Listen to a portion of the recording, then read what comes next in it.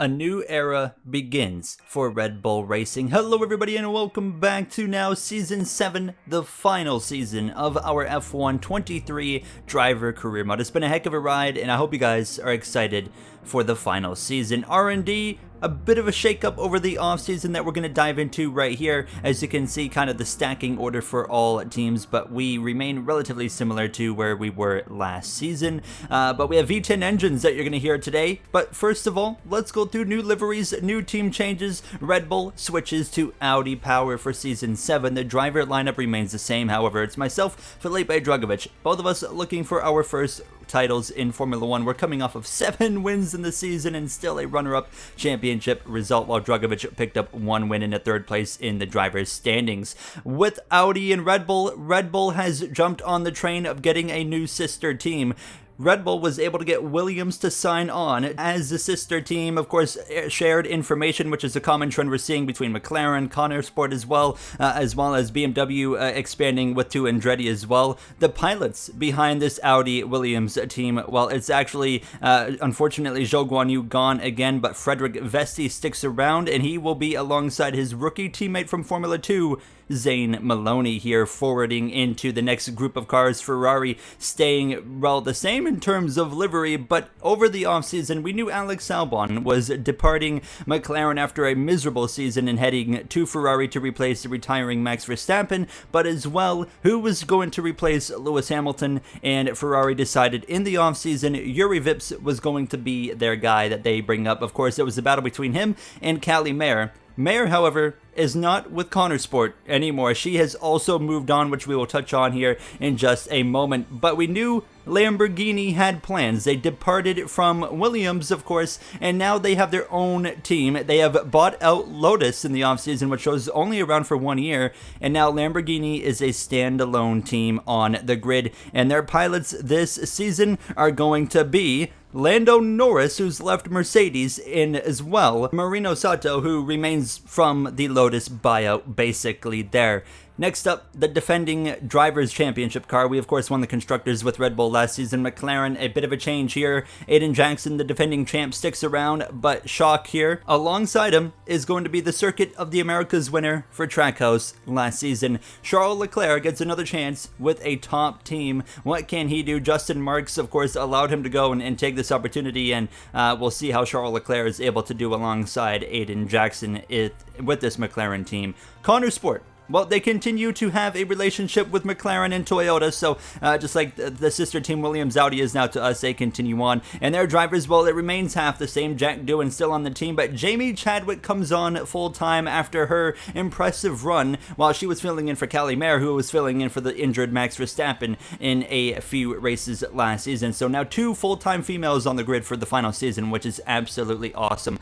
The BMW team, some have been asking for a Mick Schumacher return. You have got your wish. Mick Schumacher piloting one of these BMWs this season. He gets a second opportunity in Formula 1, and Yuki Tsunoda as well remains on the grid. Esteban Ocon has left Formula 1 this season. Next game, I'm really hoping to give Ocon a better storyline and see what we can do with him, but he is off the grid for this final season. And next up, the third set of sister teams, BMW Andretti. Fernando Alonso, the team principal of this new rebrand for Andretti after just 1 season. The drivers here, well, Liam Lawson sticks around with BMW, but Oscar Piastri, we had an inkling that he was going to get the boot from Trackhouse. He did. He's now with BMW Andretti for this season. The 2 BMWs still towards the bottom of the grid. It'll be interesting to see how they do this season. Trackhouse Racing, same livery, but V10 engine, of course, in the back with Chevrolet, but now their drivers, Callie Mayer. Callie Mayer moves over to Trackhouse Racing alongside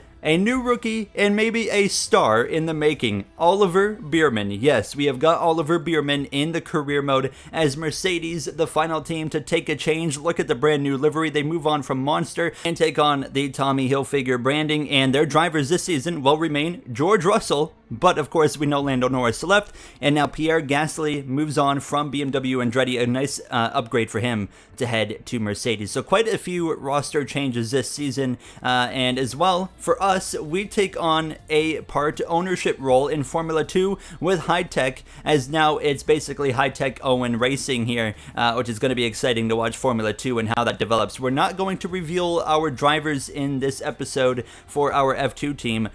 We are going to reveal that in the season opener, so we will be following along all F2 rounds now as a part owner. Love that livery. Fiki made an incredible livery. Shout out to him, as quite a few liveries of his are showcased here. 16 races in this final season. I wanted 23, but I'm not confident I could get it all in before the release of F1 24. That's why we're doing 16, and it starts in Austria, where preseason testing is literally about to take place in a few moments.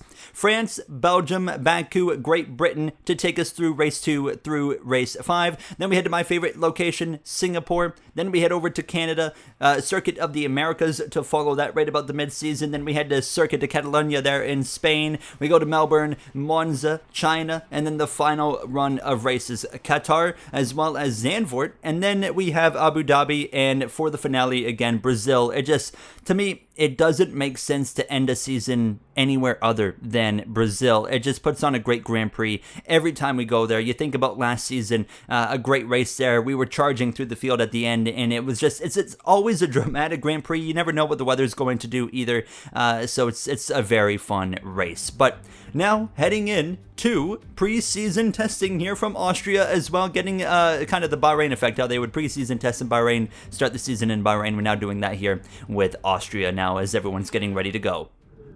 All right, Gary, it feels like a good year to finally win the title. What do you think? Yeah, I agree, Christian. Let's make it happen.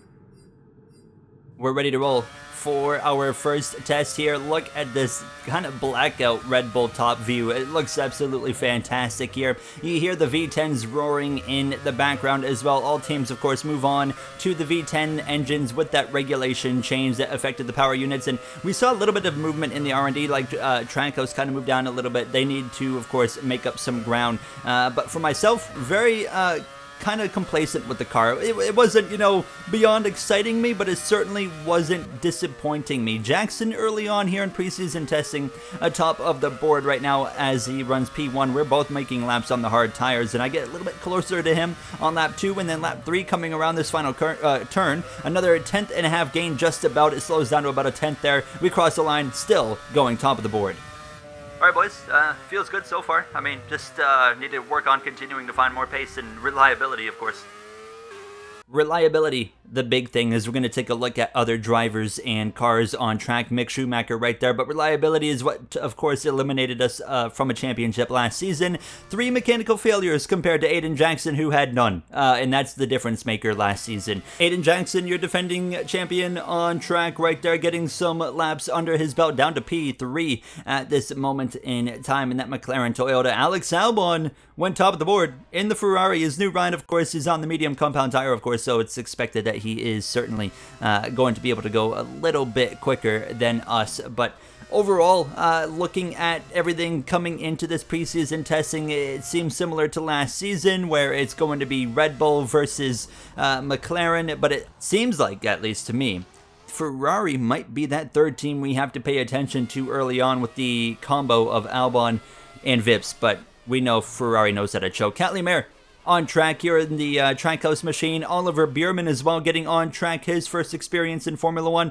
Really happy I was able to get him into the grid for this season. I was really working to make this happen. And then Jamie Chadwick as well, full-time on the grid. Going to be really exciting to see not only what she can do, but what can Connor Sport do as well going forward into this season. Do they have what it takes?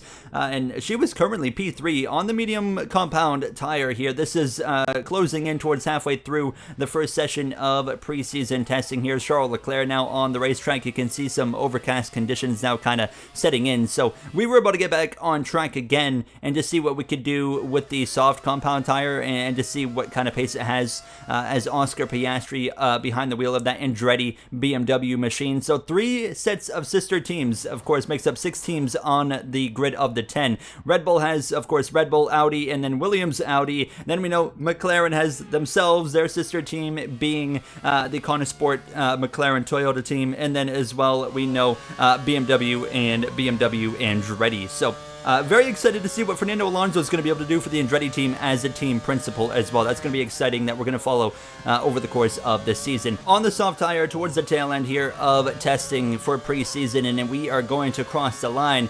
And we go top of the board nearly, but not quite enough. Albon stays up there, and I would make a second lap to see if I could beat him. And we would actually do it on the second attempt here, crossing the stripe, top of the board. So overall, happy with the car, but it's just preseason, and we know we can't get our hopes up quite yet. So we'll look at the final results before we end the episode. And you can see Yuri Vips actually top of the board with Ferrari as Aiden Jackson goes P2. Ferrari are looking unexpectedly good. How about Lando Norris in the Lamborghini as well with a good run as he switches to that new team just behind his former teammate in the Mercedes of George Russell. Leclerc, Gasly, the two on the mediums there with a decent run. But that wraps it up for preseason. You got the calendar, you got the roster changes. Let me know what you are most looking forward to. Is it the V10 engines? You'll get a better idea of what they sound like going into the season opener. Today was just kind of a little tease of it. But yeah, that's going to wrap it up. I'll see you guys in the season opener from Austria. Thank you for watching. Have a great day.